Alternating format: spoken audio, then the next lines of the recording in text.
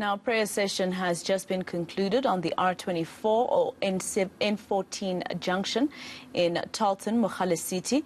It's part of the Easter Road Safety Law Enforcement operation being held by Gauteng's Public Transport and Roads MEC Jacob Mamabolo.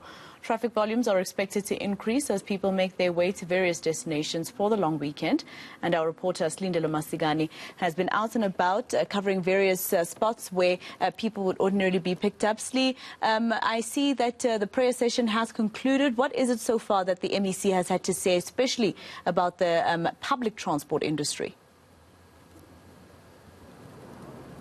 Well, I've asked the MEC to just join me for this particular crossing, to just talk us through some of the law enforcement operations we'll be seeing over the next couple of days, but also his sentiments around the fact that he says essentially it's in your hands as commuters, as motorists. You need to ensure that the transport you're using is safe, and also to ensure that you're obeying the rules of the road, wearing your seatbelt, as well as not texting and driving. But as you can see behind me, we do have some of those who were part of the prayer sessions, pastors, and the MEC himself. Thank you so much for your time, Mr. Mamabolo. Of course, it's going to be a very big weekend for road users as well as law enforcement this weekend. Just take us through some of what you would hope to see happening on our roads. Well, let me confirm that our own assessment is that we expect increased traffic volumes, high movement of people because of the nature of this weekend. You have got public holidays, long weekends. If you just look at the Easter long weekend, April 27 holiday itself, public holiday, and the long weekend of May Day. So in all that, it will mean there's going to be movement. The numbers of people going to churches has increased. The curfew has been lifted. Many rules relating to COVID, the lockdown has been relaxed. So these many break-offs in public holidays and long weekends and holidays is going to increase the number of people that are moving. That is why it was very important for us to have a prayer session to mobilize the religious leaders, the pastors. They are here. We have a road safety prayer, and that is really because we need to make sure that we raise the levels of awareness as it relates to safety on the road. Just now, in the spot checks that we were doing with the church leaders, we have seen safety belts are not taken that serious. And that is a worrying point because in many cases when accidents happen, it is the passengers that finally get, suffer fatalities and they get severe injuries. So we are appealing to people. Safety belts are very much important. We also want to emphasize the issue of driving under the influence of alcohol.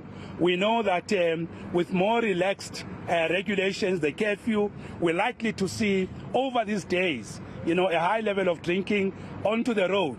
We are deeply concerned about passengers and, of course, the pedestrians. And our numbers actually indicate that both commuters as passengers and pedestrians are the ones that suffer most in terms of casualties on the road. So that is why today we have decided to build a partnership with the religious leaders, with the church leaders, because of their positions in our society. MEC, you also touched on cool drink and the bribes that we see taking place over the next couple of days. Your message to law enforcement? Strongly, we condemn taking of bribes. Our country's constitution is founded on the principle of the importance of human life.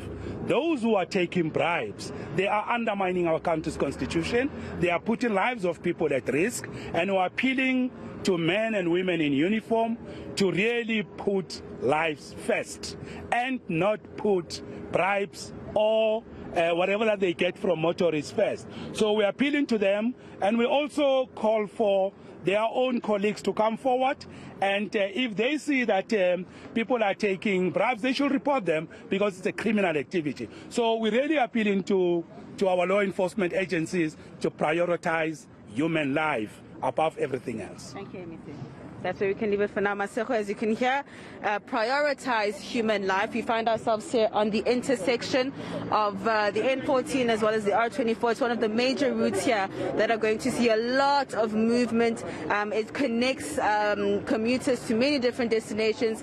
We've got an activation or law enforcement activity taking place now, and this is going to be just one of many at all the major routes, the N1, the N3, the N4, that's going to be seeing much activity. I've already received reports that the N1 is very busy at the moment, people making their way to destinations like Limpopo and Zimbabwe, and so this is really what's going to be happening over the next couple of days, an appeal that motorists obey the rules of the roads. We know that in Gauteng in particular, about 70% of commuters use public transport and taxis in particular. This morning we found ourselves at the Wanderers International Taxi Rank, which was a hive of activity, and we are seeing that those actually who were there are also heading to KZN to try and bring some relief to their families that side who have suffered over the past couple of days due to the floods. So many of the Gauteng residents taking the opportunity this over the next few days to see their loved ones, but also to travel.